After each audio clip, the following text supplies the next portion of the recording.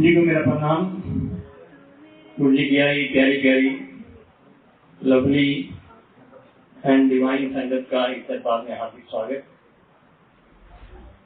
3 शब्द मैंने संगत के लिए इस्तेमाल किए, प्यारी प्यारी, लवली एंड डिवाइन। इंसानी रूप में हमारे लिए गुरु का सिलेक्शन करना मुश्किल ही नहीं, इम्पॉसिबल। अगर आज हम इस दरबार में बैठे हैं या इस दरबार में पहुंच पाए हैं तो सिर्फ और सिर्फ मेरे गुरु महाराज की मर्जी से। गुरु जी भी ये कहते थे कि जब तक मैं नहीं बुलाता मेरे दरबार में कोई नहीं आ सकता।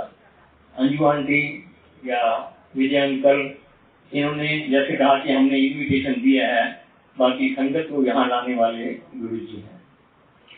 देने वाली शक्ति एक है, हमारे पुकारने के ढंग अलग अलग हैं। कोई माता रानी के नाम से पुकारता है, कोई राम जी के नाम से, कोई कृष्ण जी के नाम से, कोई साईं जी के नाम से, कोई ईसा के नाम से, कोई मसीह के नाम से। ये सब सूरज की अलग अलग किरणें हैं। Ultimate source of energy is one only.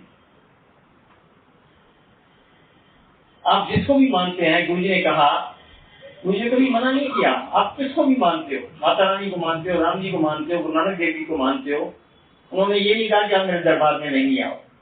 जो जिस भाव से, जिस अपने ईश्वर को, इष्ट को लेके गुरु जी के पास गया है, गुरु जी ने अपने रूप में ही उसको वही चीज दिखाई है। ये मेरे गुरु महाराज हैं, साक्षात महाशिव का अवतार। हम जब गुरु जी से मिले थे तो as a Baba, as a संत मिले थे। तब ये नहीं पता था कि गुरु जी महाशिव का अवतार हैं या ईश्वर का रूप है। वो पर्दा शायद उन्होंने ही डाल रखा था। इस दरबार में आए, काम हो गया तो ठीक है, नहीं तो अगले दरबार में देखेंगे। यही करते हैं ना हम लोग। माता रानी ने अगर नहीं काम किया तो राम जी के यहाँ, राम जी नहीं किया तो शिव जी के यहाँ। इंसानी रूप में तो हम यही करते हैं। लेकिन जब इस दरबार में पहुंचे तो जिस काम से पहुंचे थे, हम सब खुशी से जुड़े हैं अपनी, किसी को जबरदस्ती गुरु जी ने नहीं जोड़ा है, सब अपनी अपनी खुशी से जुड़े हैं। खुशी क्या है? आपको बिजनेस चाहिए, इनको नौकरी चाहिए, इनको बच्चा चाहिए, इनको गाड़ी चाहिए, इनको मकान चाहिए, यही खुशी है ना हमारी। इच्छाएं लेके जो हम जाते हैं दरबार में, या तो किसी बीमारी से पीड़ित है, और जब आपकी वो इच्छा उस स्थान पे जाके पूर्ण हो जाती है, दैट कन्वर्ट्स इनटू फेथ, विश्वास हो जाता है। और जब फेथ हो जाता है तो फिर उस जगह से प्यार हो जाता है, लव हो जाता है। और जब लव होता है तो फिर मिरेकल्स होते हैं। सॉरी, नॉट मिरेकल्स, ब्लेसिंग्स होते हैं। They are not the miracles. Miracles तो जादूगर करते हैं, मेरे गुरु महाराज की ब्लेसिंग होती है। और जो सत्संग जो है, जो गुरु जी की ब्लेसिंग हम पे हुई है, उस सत्य का अपने संगियों के साथ शेयर करना उसे सत्संग कहते हैं। और this is 1-to-1 blessing between Guru ji and me. गुरु जी भी ये कहते थे कि संगत को लेके आओ, उसको मेरे दरवाजे पे लाके छोड़ दो। उसके बाद मेरा और उसका 1-to-1 कनेक्शन है। फिर आप ये नहीं क्लेम कर सकते कि इनको दुआ साहब लेके गए थे, इनको चावला साहब लेके गए थे। गुरु जी ने सिर्फ 2 ही रिश्ते दिए हैं, अंकल एंड आंटी। जेंट्स को अंकल और लेडीज को आंटी, चाहे वो छोटी है चाहे बड़ी है। तो गुरु जी भी ये कहते थे कि आप मेरे दरबार में लेके आओ, उसके बाद मेरी रिस्पॉन्सिबिलिटी है। और गुरु जी ने कभी माइक पकड़ के कोई प्रीचिंग नहीं की, कोई लेक्चर नहीं दिया। तो सिर्फ संगत को खड़ा करते थे, हाँ भी अंकल तेरे नाल की होया, आंटी तेरे नाल की होया, सुना। तो फिर जो उनके साथ सत्संग होते थे वही सुनाते थे। और गुरु जी ने कोई ऐसी बड़ी प्रीचिंग भी नहीं की, कोई ऐसा किसी कोई मंत्र जाप नहीं दिया कि तू ये इसको मंत्र जाप को करो तेरा कल्याण हो जाएगा। नहीं, बड़ी सिंपल सी बातें बताई हैं। आप मेरे दरबार में आओ, माइंड को ब्लैंक करके आओ, अपनी ईगो है, इफ एंड बट जो है वो वहीं छोड़ के आओ जहां आपने जोड़े होता है। अगर कैसेट ब्लैंक होगी तभी तो रिकॉर्डिंग होगी। अगर कैसेट कहीं भरी हुई है तो उसके ऊपर क्या रिकॉर्डिंग होगी? मेरे दरबार में आए हो, आप बैठो, जो भजन चल रहे हैं उन भजन को सुनो और मेरे से कनेक्शन बनाने की कोशिश करो, कनेक्ट होने की कोशिश करो। समझ आए क्या नहीं आए, गुरु जी ने कभी नहीं कहा, सिर्फ उनको सुनो और कनेक्शन बनाने की कोशिश करो। कहते गुरु जी कनेक्शन बनता नहीं है। क्यों? क्योंकि फेथ अगर 10% तो ब्लेसिंग भी 10%, फेथ 20% तो ब्लेसिंग भी 20%, फेथ 50% तो ब्लेसिंग भी 50%, और 100% तो गुरु जी कहते हैं हो ही नहीं सकता इंसानी रूप में। अगर 100% हो गया तो फिर आप भी गुरु बन के बैठ जाओगे। मैं गुरु जी से 20 साल पहले 99 में गुरु जी को मिला था, और मेरा बेटा जिसको जोशी ने बताया था कि इसकी हाथ की वीडियो में बाहर जाने का नहीं, ये बाहर नहीं जा सकता। बड़ा बेटा मेरा सिंगापुर में था 10 साल से, उसको यही हमेशा जानती रहती थी कि मेरा बाहर जाने का चांस नहीं है। वो गुरु जी की शरण में आया, गुरु जी ने उसको यूएस भेजा एमएस करने के लिए। 2006 में यहाँ से गया, 2008 में उसने एमएस पूरी कर ली। जब 2008 में एमएस कर ली तो वहां से रिसेशन हो गया यूएस में, लोगों को निकालना शुरू हो गई, नौकरियां की नहीं। तो यहाँ से 20-25 लाख का लोन लेके मैंने दिया था। 3 महीने 4 महीने हम उसको यहाँ से 40-50 लाख का बेचते रहे ताकि वहां सर्वाइव करे जब तक नौकरी नहीं मिलती। लेकिन नौकरी का चांस ही नहीं था, वहां से लोगों को निकाल रहे थे, इतना जबरदस्त रिसेशन था। उस दौरान he is also dedicated to Guru ji, गुरु से जुड़ा हुआ है। उस दौरान उसको 3 नौकरियां वहां ऑफर हो 4 महीने के बाद। अब उसके लिए ये सिलेक्शन करना मुश्किल था कि कौन सी नौकरी को सिलेक्ट किया जाए। गुरु जी को बोलता है, गुरु जी मेरे को आप इस कंपनी से एक लेटर दिलवा दो, नौकरी चाहे मत दिलवाना। अगले दिन गुरु जी सपने में आते हैं। This is one of the, ये तरीका है गुरु जी का ब्लेस करने का कि आपको सपने में आके वो ब्लेस करते हैं। आपको सत्संग में जो भजन चलते हैं उसमें कोई ना कोई मैसेज मिलता है, या जो आप सत्संग सुन रहे हैं उसमें कोई ना कोई किसी के लिए मैसेज होगा। अगले दिन गुरु जी आए तो उसको मैं तो चिट्ठी मांग रहे थे ना, वो चिट्ठी के ऊपर लिखा था EQUITY इक्विटी, नीचे $, सो मच। सुबह मेरे को फोन करता है, पापा गुरु जी रात को सपने में आए थे, ये स्लिप दे गए हैं, मुझे मतलब समझ नहीं आया। तो मैंने कहा गुरु जी यही कहते थे ना, मतलब समझने की जरूरत ही नहीं, गुरुओं का दिया कुछ ठीक ही होता है।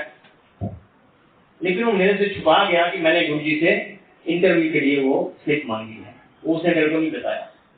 He did not disclose it to me। मैंने भी उसको कैलकुलेट दिया। 6 महीने बाद उसकी जब शॉर्ट लिस्टिंग हो गई 3 बच्चों में, तब उसने मेरे को टेलीफोन किया, पापा मेरा इस कंपनी में शॉर्ट लिस्टिंग हो गया है और नौकरी मेरी नहीं है, because the qualification is not according to the company requirement, it is a job for MBA finance. तो 2 MBA फाइनेंस शॉर्ट लिस्ट हुए हैं, एक मैं MS बायोमेडिकल इंजीनियरिंग। तो मैंने कहा कितने बच्चे थे? कहने का 43। तो मैंने कहा कितने रह गए? बोले 3 रह गए। तो मैंने कहा गुरु जी की मेहर है। कहते पापा आप तो बड़े प्रोएक्टिव हो जाते हो, जब उनको जरूरत के MBA फाइनेंस किया है तो मैंने तेरे को बुलाया क्यों था? कहने का बाई चांस जो कंपनी की investment in pharmaceutical companies, that is the only relation, because I have MS biomedical engineering, सिर्फ इतना ही रिलेशन था उस पोस्ट के साथ। And by chance I have been shortlisted. I said no, correct yourself. It is not by chance. It is by choice of my Guru Maharaj. तेरी shortlisting हुई है। अगले दिन प्री फाइनल इंटरव्यू था, दोपहर को फोन आता है, पापा एक MBA फाइनेंस हो गया। Now the competition was between MBA finance and MS biomedical engineering. And he says, पापा 110% job is not mine. मैं बोला ऐसा कर, तेरे को कोई इतना भी विश्वास नहीं है तो तुम 2 पर्ची गुरु जी को डाल दे और 1 पर्ची उठा ले, जो गुरु जी की डायरेक्शन होगी। बोले नहीं पापा पर्ची गलत निकल आएगी। 99.9% faith but 0.1% act back of the mind, शायद गुरु फैक्टर काम ना करे। यही है ना, हम सबके मन में यही है। आज हम सत्संग में बैठे हैं, कोई भी बैठता है, सबके मन में यही है कि शायद गुरु फैक्टर काम ना करे। वो त्रिलोकी, तीनों लोकों के मालिक, उसके बारे में हम अपनी ये सोच बनाते हैं तो काम कहाँ से होगा। अगले दिन फाइनल इंटरव्यू था और 1 बजे फोन आता है, पापा I am selected for the post. जय गुरु जी, जय गुरु जी। एक अमेरिकन कंपनी जिनको पता है कि इस लड़के की क्वालिफिकेशन हमारी रिक्वायरमेंट के हिसाब से नहीं है, उसको सिलेक्ट कर रहे हैं। और सिलेक्ट करने के बाद उसको ये कहा कि बेटे देखो हमने वरुण तेरे को सिलेक्ट किया है, but your qualification is not according to that US law. As per US law you have to be CFA, certified financial associate.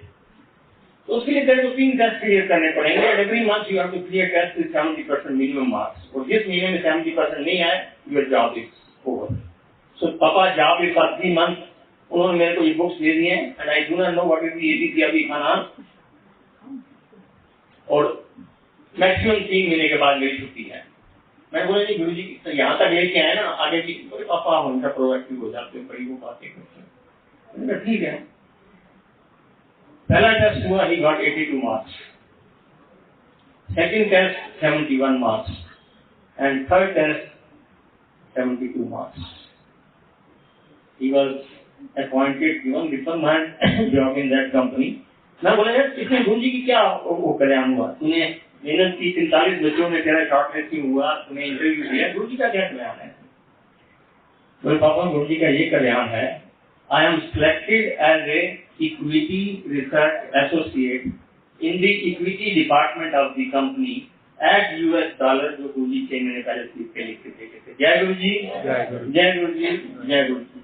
इसके बाद में एक छोटा सा सत्संग करूंगा, फिर डॉक्टर अग्रवाल आ गए हैं गुरु जी से काफी पुराने जुड़े हैं, तो इसी को सप्लीमेंट करने के लिए। तो उसने क्या किया, न्यूयॉर्क में सत्संग किया अपने घर में, टाइम स्क्वायर पे वो रहता है, और जब वो सत्संग करता है घर में तो आसपास स्ट्रीट में जो पार्किंग है वो फ्री हो जाती है किसी न किसी कारण से। करती गुरु जी, अदरवाइज यू हैव टू पे $40 पर car parking in that New York. और जब किसी यहाँ सत्संग होता है तो वो डिले हो जाता है, आज 48वीं स्ट्रीट जो है वो पार्किंग के लिए फ्री है, आज 45 स्ट्रीट फ्री है। तो उसने जब ये सत्संग का डिसाइड, जब उसको ये हो गया, पोस्टिंग हो गई, तो माँ को फोन करता है कि मम्मी वो छोले कैसे बनाते हैं, पनीर कैसे बनाते हैं, सत्संग करना है गुरु जी का। तो माँ को बता दिया कितनी संगत है, बोले 45-50 ऐसे करना, 2 किलो पनीर ले आना, 1.5 किलो छोले ले आना, नमक इतना, मिर्च इतने, प्याज इतने, बनाना सब उसको टिकट करके, और तू चपाती मत लाना, तू कुलचे ले आना मार्केट से, तुम चपाती तो बना नहीं पाएगा। उसने वही किया, 100 कुलचे ले आया, छोले भी ले आया, पनीर भी लिया, बना रहा है, बना दिया। फिर उससे दिमाग में आता है कि नहीं गुरु जी की संगत को ना कुलचे नहीं खिलाए। गुरु जी यही कहते थे, जब गुरु जी किसी भी संगत के यहाँ जाते थे, कई बार उन्होंने गुरु जी ने बताया कि आर्मी के काफी गुरु जी नजदीक थे ऑफिसर्स के, तो वहां जाके जो है वो सर्वेंट अगर खाना सर्व करते तो गुरु जी ने पॉइंट आउट किया, आंटी खाना तो खुद बनाया कर, अपने हाथ से बनाया कर। तो कहता संगत को ना कुलचे नहीं खिलाने। एक बैचलर लड़का जो बाहर मार्केट से खाना खाता है, मार्केट में गया, 5 किलो आटे की थैली लेके आया, चकला बेलना लेके आया, उसने बच्चे ने 100 फुलके बनाए सैटरडे शाम को। करने वाले तो वही थे, कराने वाला वही है, करने वाला सिर्फ कर रहा था। और वो बना के रात को सो गया। संडे को सत्संग था सुबह 12 बजे। जब सोता है तो रात को उसका सपना आता है, किचन में कुछ खटखट हो रही है। उठ के जाता है तो देखता है कि जो लंगर बनाया है 3 लोग खड़े हैं उसको खा रहे हैं हाथ डाल के। तो ये एकदम हैरान हो जाता है, तो उनसे पूछा आप लोग कौन हो? भाई हम आपके कोर्स में रहते हैं। भाई मैंने तो आपको कभी देखा नहीं, बट आप अंदर कैसे आए? दरवाजा तो बंद था, आप किसी गलत इंटेंशन से घुसे हो अंदर, और ये दरवाजा बंद में कैसे खुले? दरवाजा बिल्कुल खुला हुआ था, हम इसी दरवाजे से आए हैं। तो वो थोड़ा स्ट्रॉन्ग है बॉडी में, एक पकड़ लिया। मुझे बताइए आप कौन से घर में रहते हैं? मैंने आपको 2 साल से नहीं देखा, मैं 2 साल से यहाँ रह रहा हूँ। तो बोलिए हम दिखा देते हैं। तो वो उसको लेके ये आगे आगे और पीछे 2 पीछे उसके, साथ वाले घर का दरवाजा खुला था, वो उसकी कहने की हमारा घर है। जब अंदर गए, all 3 merged into one and it became गुरु जी। जय गुरु जी, जय गुरु जी। गुरु जी आए थे लंगर का टेस्ट करने के लिए, जो इसने बनाया है, जो इसके मन में था कि नमक पूरा है कि नहीं, मिर्च पूरी है कि नहीं, कर तो संगत में फीली ना हो, उसको ऑथेंटिकेट करने के लिए आए थे। और संगत ने ये कहा, अच्छा इसमें भी 2 भावनाएं हैं कि आप लंगर जब बनाते हो टेस्ट नहीं करते हो कि झूठा हो जाएगा, लेकिन मैं तो अगर कराऊंगा तो मैं तो टेस्ट करके कराऊंगा, फीका तो नहीं कराऊंगा। सिर्फ भावना ये है कि कटोरी में अलग से ले लो, भोग लगा लो, उसको टेस्ट कर लो, अगर सब ठीक है तो ठीक है, नहीं तो जो कमी पेशी है उसमें डाल दो। ऐसा कहीं भी रिटर्न में नहीं लिखा हुआ है कि आपने कैसे बनाना है कैसे नहीं बनाना। एनीवे, अगले दिन संगत ने कहा जी वरुण तेरे घर में जो हमने लंगर प्रसाद खाया है वो आज तक हमने नहीं किया। गुरु जी की मेहर है, आप विश्वास रखिए 24/7 365 डेज गुरु जी एंड गुरु जी, बिना गुरु जी के। गुरु जी कहते हैं मानो नहीं मानो, आप ये को कि मैं गुरु जी जो काम कर रहा हूँ उसमें मेरा साथ देना, अगर वो काम पूरा हो जाए तो गुरु कृपा, ना हो तो गुरु इच्छा, दोनों रूप में तो गुरु हमारे साथ है।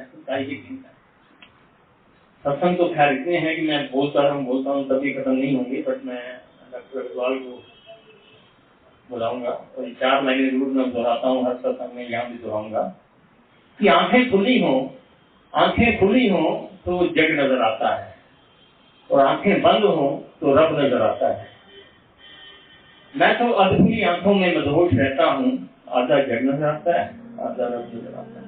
आंखें बंद करिए, पूरा जग गुरु जी नजर आएंगे, ब्लेसिंग्स पूरी मिलेंगी। जय गुरु जी। Doctor uncle